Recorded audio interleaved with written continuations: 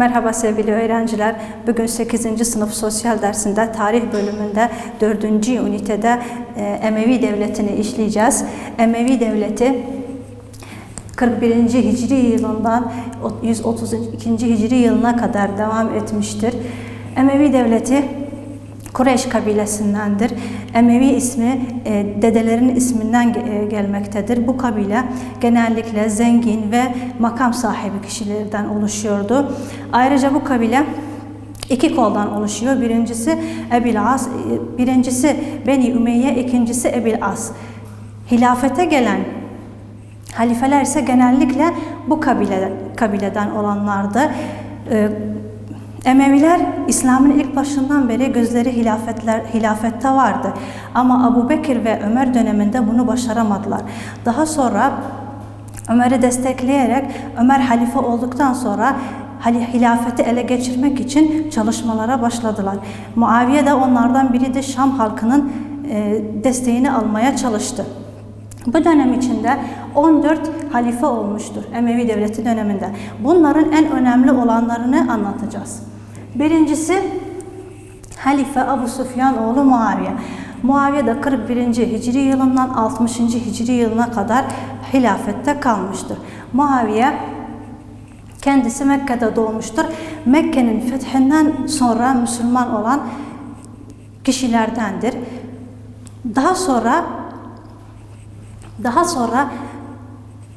Daha sonra Peygamberimiz tarafından katiplik görevi verilmiştir. O dönemlerde Muaviye 23 yaşında bir gençti ve Peygamberimiz gençlerin sevgisini kazanmak için, İslam'ı sevdirmek için görevler veriyordu. Muaviye'ye de katiplik görevini verdi. Vahiyleri yazıyordu. Daha sonra Muaviye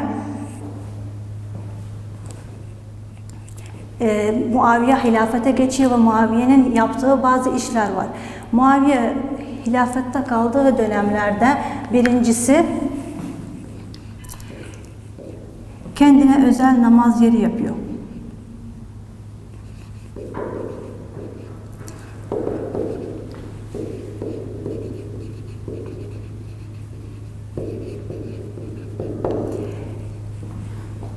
Hazırlıyor. Bunun sebebi de namaz kılarken herhangi bir saldırıya uğramaktan, öldürmekten korktuğu için bunu yapıyor. İkinci adım olarak ise postayı koordine ediyor.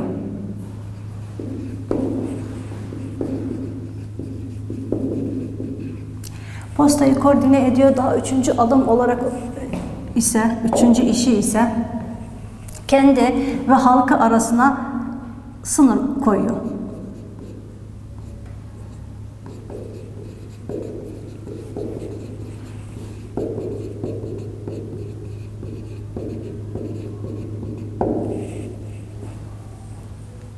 Ayrıca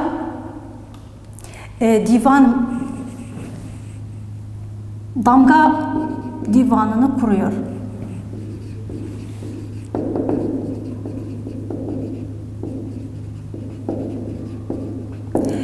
5. ve son olarak hilafette babadan oğula sistemini getiriyor. Daha sonra bu dönemde Muaviye birçok bölgesini genişletmeyi, devletini genişletmeyi başarıyor ve birçok bölgeyi ele geçiriyor. Birçok uzak bölgeleri kendi hükmünün altına alıyor, Sent bölgesine kadar geçiyor ve ele geçirdiği her bölgeyi kontrol altına almayı ve güvende olmasını sağlayabiliyor. Muaviye ayrıca en büyük isteği ise Konstantinye'yi ele geçirmekti. Ama Muaviye bu hedefine yetişmemiştir, elde edememiştir ve bu işi başaramamıştır. Daha sonra Muaviye'den sonra Muaviye oğlu Yezid geliyor. Muaviye oğlu Yezid ise 61 ve 65 yılında Hicri yılında hüküm sürüyor. Babasından sonra 4 yıl hükümde kalıyor. Yezid döneminde birçok iç acıtan, iç sızlatan olaylar oluyor. Yani kısaca Yezid aslında hükmetmeyi, hilafeti pek başaramadı. Onun döneminde ise olan olaylar ise birincisi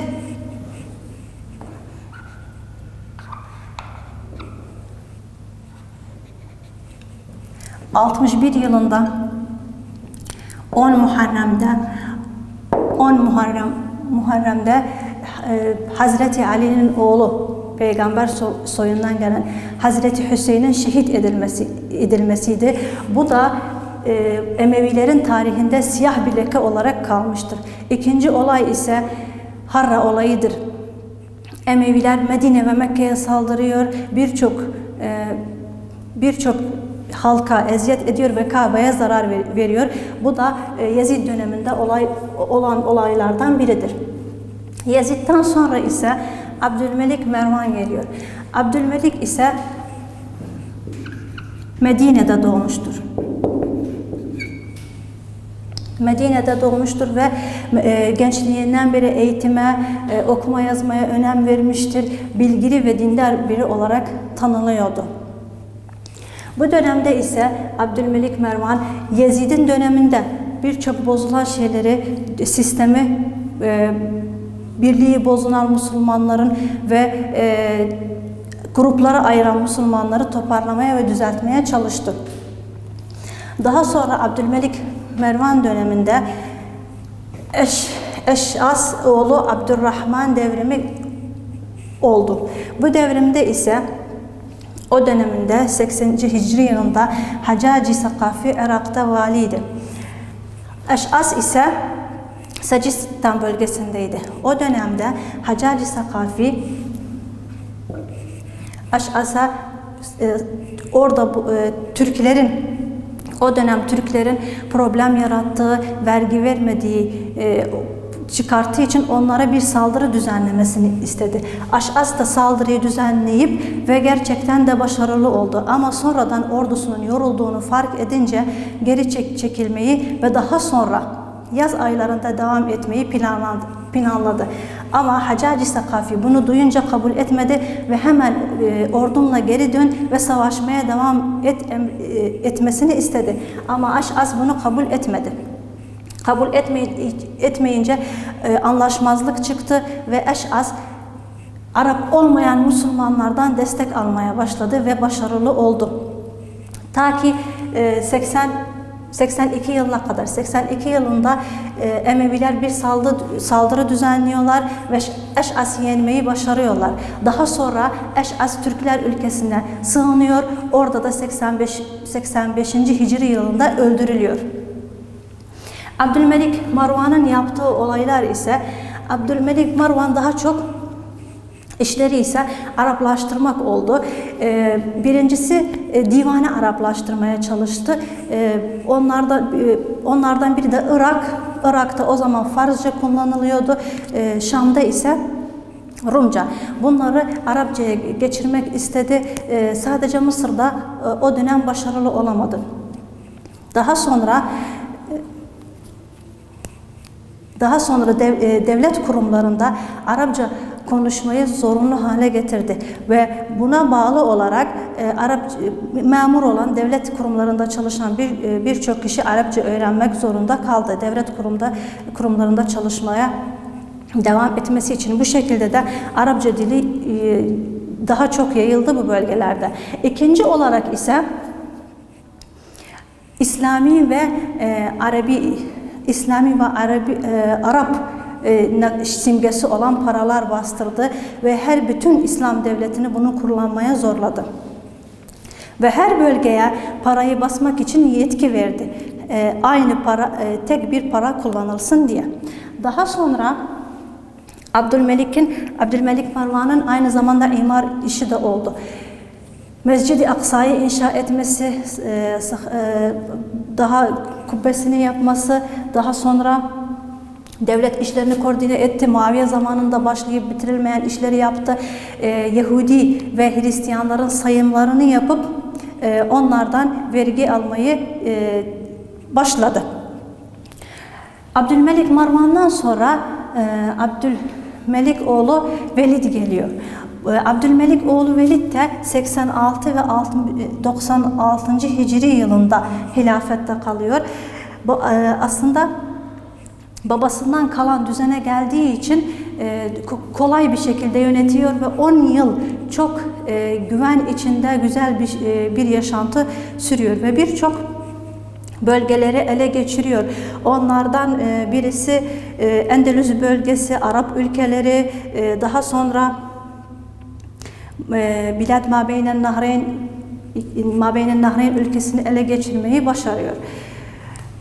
Bu Abdülmelik oğlu Velid'den sonra Abdülaziz oğlu Ömer yönetime geçiyor. Abdülaziz oğlu Ömer babası Mısır'da valiyken dünyaya geliyor. Daha sonra kendi isteğiyle Medine'ye gidip orada dini eğitim alıyor, Kur'an'ı ezberliyor, birçok ilimlerden bilgi öğreniyor.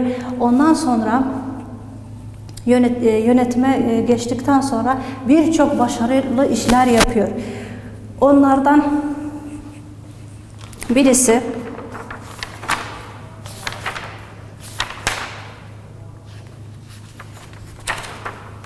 birisi ise Müslüman olan Zerdeşlerden, Hristiyanlardan, Yahudilerden vergi almamaya başlıyor. İnsanların şikayetini dinliyor. Aynı zamanda devlet sorumlularından da aynı şeyleri istiyor. Problemi olan, mağdur olan, şikayeti olan insanları dinliyor ve sorumlulardan Kur'an'a ve peygamberin sünnetine göre çalışmalarını istiyor. Daha sonra siyasetinde barışa önem veriyor. O dönemde haricilerden olan kişiler ya yönetime katılıyor ya da herhangi bir faaliyet göstermiyor halifeye karşı. Daha sonra arsaları düzeltiyor. Kanallar, kuyular kazıp ve kanallar yapıyor. Ondan sonra Halife Mahmud oğlu Mervan geliyor. O da 127 ve 130. Hicri yılında hilafette kalıyor. Halifenin doğduğu yer ise Cezire'dir. Kuzey Kürdistan'dadır. O dönem Kuzey Kürdistan'da ve Ermenistan'da hilafeti yönetimi Kuzey Kürdistan ve Ermenistan valisi olarak kendini ilan ediyor. Daha sonra vali Halife Halit'le savaşa giriyor ve Şam'a doğru saldırıyor ve savaşı kazanıp orada devlet kurmayı başarıyor. Ama daha sonra Emeviler tarafından yeni bir devlet kuruluyor. Halife Muhammed oğlu Mervan da bu şekilde sona eriyor. Bunun sonunda olarak bu halifelerden sonra Emevi devletinin yıkılma nedenlerine gelecek olursak, birincisi iktidara el koyma. Aslında Emeviler hakkı olmadığı sürece iktidara el koydular. Hakları olmadığı halde. Halka karşı şiddet uyguladılar. Yani halklarına iyi davranmadılar. Şiddetli bir şekilde davrandılar.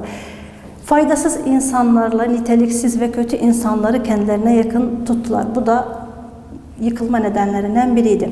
Valiler ve sorumlular zalim ve merhametsizdiler. Son olaraksa haksız yere halkın servetine el koydular. Böylece sevgili öğrenciler, bu dersinde Emevi Devleti'nin işlenişinin sonuna geldik. Bir sonraki derste görüşmek üzere. Hoşça kalın.